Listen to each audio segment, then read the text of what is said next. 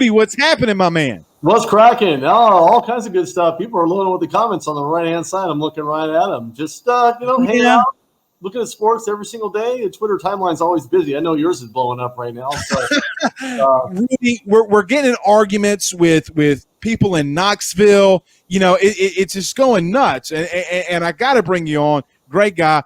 And I know we got everybody on Facebook that's getting on me because the comments aren't on there. Guys, I'm very sorry. But, Rudy, let's start off here, man. Nick Saban signed a contract. The SEC football is always king.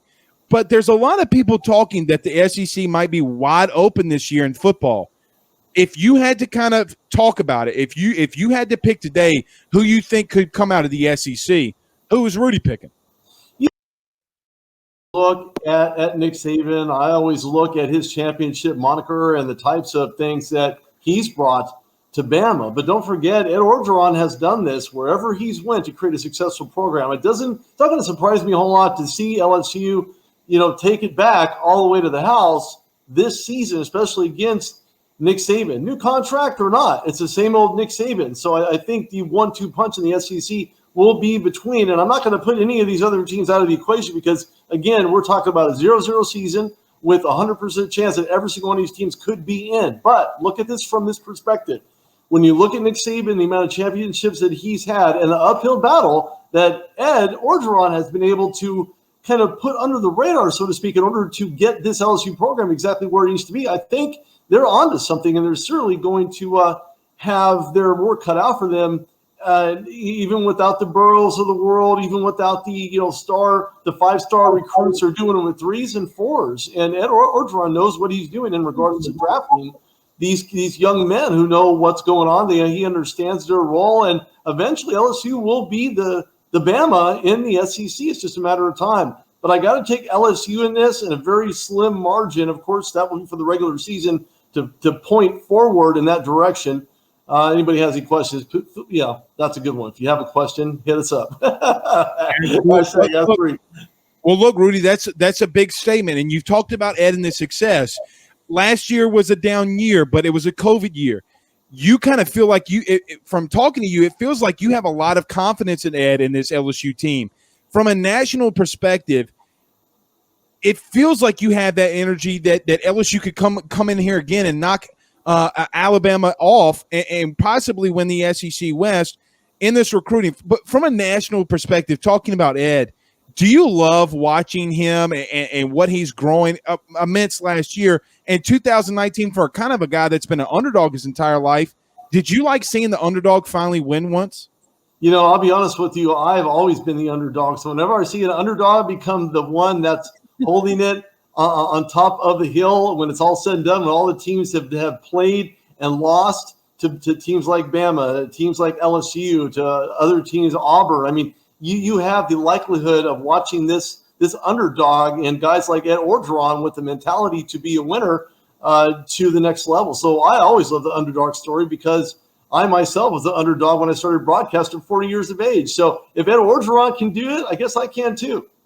Absolutely. And I love the underdog story. And it's always something that fans and people can resonate with, right, Rudy? And I think that's what people like about him so much. Now, I got to ask you this. The college football playoff looks like it's about to be expanding to 12 games. And I know that I didn't tell you that we were going to talk about this, but I know this is something that's kind of breaking today. Rudy, I don't know how much I'm in for a playoff expansion because I think it kind of dilutes the regular season. For example, if Alabama or LSU lose to one another in the regular season, does it really matter? When it comes to a playoff expansion, are you for it or are you kind of a little leery about that playoff expansion? Well, to be honest with you, when you look at any playoff expansion, you talk about the NFL and their additional games. Now there's 17 games, and you're taking 2 of those preseason games out of the equation. You're only going to have 2.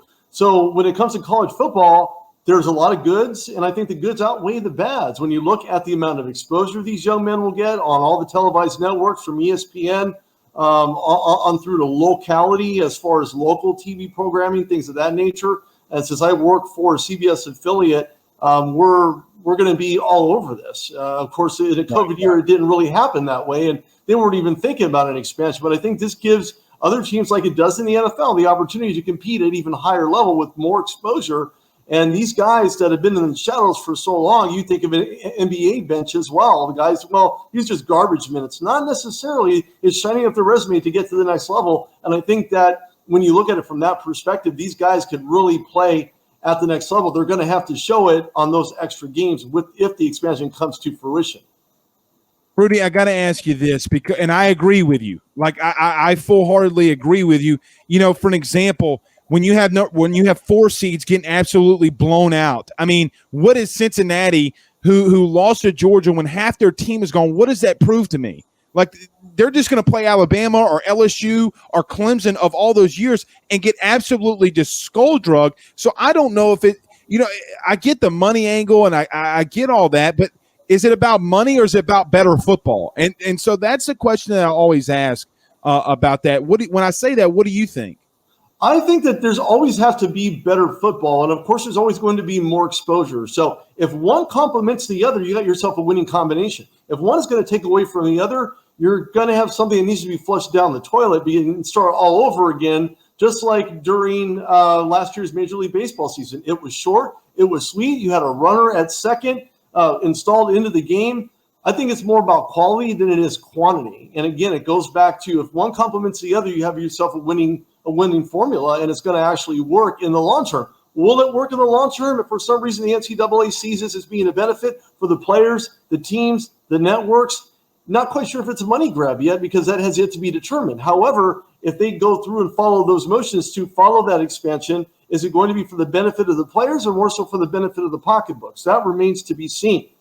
And that's always subjective regardless of who you are or where you stand on the issue. I think if quality football outshines the monetary component of the overall large picture of this, I don't think anybody's going to lose. As a matter of fact, because players can now have their actions, their moves be paid for on games from EA Sports, NCAA, 21 is going to come out if it isn't already or in the works to come out, or 22 for that matter.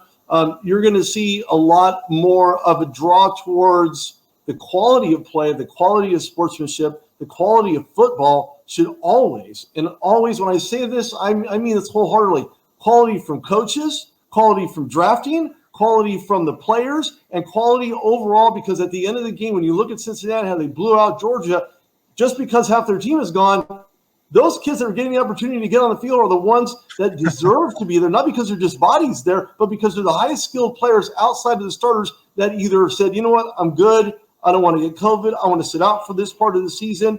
I think it's really that much better and that much more coherent for the NCAA system to say, you know what, it works for the players. If it works for the players, then it should work for us. Unfortunately, the reality is not the case, and the NCAA can be a money grab if you're into that kind of thing. Rudy, the interesting part that you brought up there is when we talk about the money, we talk about name, image, and likeness. I'm for it as next player. I mean, when you have coaches making over $9 million a year, Nick Saban will be the first coach to make over $10 million, not this year, but next. I mean, it's starting to get a little bit ridiculous when it comes to stuff like that. I do have to ask you, I do have to kind of point this out, and I don't want to put you in a bad spotlight or get you in the wrong thing, but CBS had the SEC deal, and it looks like it's going over to ESPN. By the way, I'm going to miss the jingle. Bah, bah, bah, bah. I'm going to miss the jingle. But doesn't, Rudy, that show what these programs and Disney and all these people are trying to do? And they might be the money people behind this to expand it because, look, they're making large amounts of money behind this. And why it just feels like that's the reason why this is being pushed so much from ESPN and everybody else is because of the fact that they're making so much money. I, again, don't want to put you in the tough spot, but do you agree along those lines with that? You know, I really look at this as being a move where, again, talking about quality, putting that in the forefront, in the mindset, and leaving money to be at secondary because it's going to be there. The money's going to be there. The talent may not always be there. Don't forget, there are Hall of Famers that were written off because they had a bad combine. Not because they didn't know how to play football, but because they had a bad combine. And quite a few people, including guys like Tom Brady, Terry Bradshaw, Dan Marino, Warren Moon, all of these guys had horrible combines, yet came through in the clutch, and they're multiple Super Bowl champions. So when it comes to what's missing and what's not missing, we're going to have to find out what that will look like and where the ugly face decides to show up in regards to the football season. Will the money necessarily be there? I think it will always be there, regardless of what conference you play in, whether it's Pac-12, whether it's the SEC, or any other college conference within the NCAA system. I don't think it's really going to matter. As far as from a monetary standpoint, yes, CBS has their hands in everything. I mean, look at what the NFL did. They added contracts till 2032 or something like that for all the major networks. So Right. It's not as if this is anything new, and it's not as if this is anything old. This is business. Is business. And the NBA is deciding to possibly alter their game plans as well moving forward. Right. Right. So because that's due to losing all that money they otherwise would have made during the regular season. So again, from a CBS standpoint, I can't speak to that in regards to what their thought process was and why they lost out on it. But at the end of the day, and to your point, Ryan Thibodeau, there's more money in TV from different dimensions because, and I'm going to touch on this for half a second because this is what I do. This is my field house. So we're all visual people. We look at something on television, it's very impactful, but it's about the message that's being sent. The message is not being sent and misconstrued, and obviously one of those very easily gray area type of messages that are sent out there, we can get lost, and that message can get lost in translation. As far Absolutely. as in TV, the money in TV is always going to be there. But don't forget, there are other mediums as well. There's radio, there's Hulu, there's OTT, there are all these other businesses. So television itself is still the main competitor and may always be the main competitor to everybody else offering these services, including Cumulus and iHeart and all these other mediums that post and put these things out there. Television will still be king regardless at the end of the day. So if the NCAA puts out a great product, TV will be more interested. I mean, good luck trying to watch an NFL game on Hulu. I mean, that's not Right. That's not going to happen anytime soon because now you're alienating 80 to 85% of the market. Otherwise, that would be watching television. Well, and it's funny, you got guys like Jeff Bezos buying Justin TV, which now is Twitch, and they're trying to stream games on Twitch. And then, you know, like they're all trying to get into it. I mean, and the big competitors are winning. It's why, I mean, look, talking to some of these guys, sometimes it feels like they're the real, people talk about the wolves of Wall Street. I feel like they're the real wolves sometimes, but that's neither here nor there. Rudy, I got to ask you a couple more questions. Guys, you can go catch my man over his website. We'll let you tell him let Rudy tell you everywhere you can catch all of his great stuff. Rudy, when we talk about the playoff, we talk about different things in college football, name, image, and likeness. We kind of mentioned it. I want to talk about that. I'm for it. I'm interested to hear what you think about it. I think it's kind of past due. Oh, well, kids should stick it out and kids should do this. Well, then let them sign 4-year scholarships for all 4 years of their tenure, not just 1-year deals like I had to sign. What do you feel about name, image, and likeness? And if you had the vote, if you had to say about everything, what would you do with name, image, and likeness? You know, name, image, and likeness is actually a really key component, and that really has what they say a kung fu grip over this system in the NCAA especially, and here's why. Name, image, and likeness has been used for decades and decades upon decades since American sports were televised on television. Now, with that, I'm all for it because that does a myriad of things. First of all, it allows the players some type of monetary compensation from using name, image, and likeness. What it also does, and this is where the hairs kind of get split, because that money should go directly to the tuition of that particular student, no monetary exchange. That's my concept. The third part of that is if for some reason that money is not allocated to offset their educational value while they're in college, regardless of what NCAA 1 or 2 or 3 or NAIA or any other college system, if it's not used in that way, where's that money going? Is it going to the athletic department? Is it going to the player's pocketbook? If they're not financial sophomores and seniors in college and you give them that kind of money, that's relatively irresponsible. So you have to walk that fine line in that gray area in regards to where that money's going to go. And fourth, and I think when you look at the fourth component of this is you have to educate these guys. These guys are coming out of college, your 4-star, your 5-star, your Joe Burrows of the world, your Lamar Jacksons of the world. These guys coming out of college. Lamar Jackson didn't even have a shot. People wanted him to be drafted as a wide receiver. How stupid. How absolutely Rudy poo. God, so dumb. So dumb. So the name, image, and likeness component of that will always be viable. However, if the kids don't become informed based on the responsibility given to them and they blow all that money, because there could be, depending on how good they are, that should not necessarily state that they should be getting less money because their performance is down. However, I think they should be gauged and their performance should be gauged and put on a monetary scale saying, well, you have 5 or more touchdowns, 200 plus more receiving yards in any given game. The performance meter rises. In turn, you should get a little bit more piece of that pie. And if you're an offensive lineman and you handle 5 pancake blocks and you take a guy out of the entire part of the play and you do it consistently at the line, you should also get a piece of that pie in a larger portion than somebody who who takes the low road and gets penalized because he's performing a chop block, right? So I guess it should be a performance-based situation and conversation for these guys to have.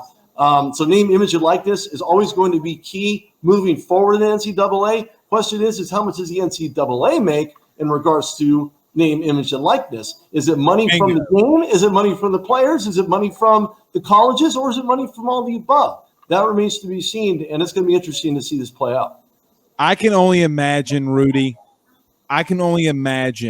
an offensive lineman being sponsored by IHOP because he gets so many pancakes. And he walks around with a huge plate of pancakes saying, not only do I do this on the field, I also like IHOP. I'm just ready to see some craziness like that. Rudy, you've been absolutely fantastic, my friend. Tell everybody where they can catch all your stuff. We're going to bring you on again soon. Tell them everywhere they can find all your stuff, my friend. I definitely appreciate it. Thank you so much. I can go on talking about football for hours. My first podcast lasted for 3 hours, so I get it. I totally understand how that works out, believe me. But everybody can go to therudedogshow.com. Follow me on Twitter because I really like to interact with people there at Rudy Reyes. You can find me on LinkedIn. You can find me on Facebook. I'm found everywhere that books are not sold. So find me there. If you go to rudedogshow.com, like it, love it, share it. I appreciate it. Thank you, Ryan. I appreciate that and your questions. There's one thing I want to touch on, and this Brandon Reese had commented in regards to the Big 12 for half a minute, if you will. Go ahead. That TV deal is going to expire, and I think that's probably the best benefit for the Big 12 for many reasons. But I think one of those reasons is that you need to reevaluate your contracts annually. Not every 3 years, not every 4 years. Don't allow the NCAA to lock you in that long. That should be an annual configuration. And I think that if that does happen and there is some realignment within the SEC and it does expand as we're all predicting here at this point, it's kind of hard to know if any teams are going to be added from the Big 12 to the SEC. That remains to be seen. I think that if that's going to happen, you get one team that's, let's say, 500 and one team that had a winning record the last 3 or 4 seasons. That way it provides some type of parallel competitiveness within the SEC and A&M Missouri. 12. A&M and Missouri in football. I mean, that's exactly what happened. I agree with you there. My friend, you've been fantastic. We'll bring you on again soon. I promise. We'll talk soon. It was good talking to you, my brother. We'll talk to you. Have a good night. Thanks, guys. Thank you for your input. Awesome, brother. Well, that is Rudy Reyes. Great guy. Great interview. I am monitoring the comments. We can't see him on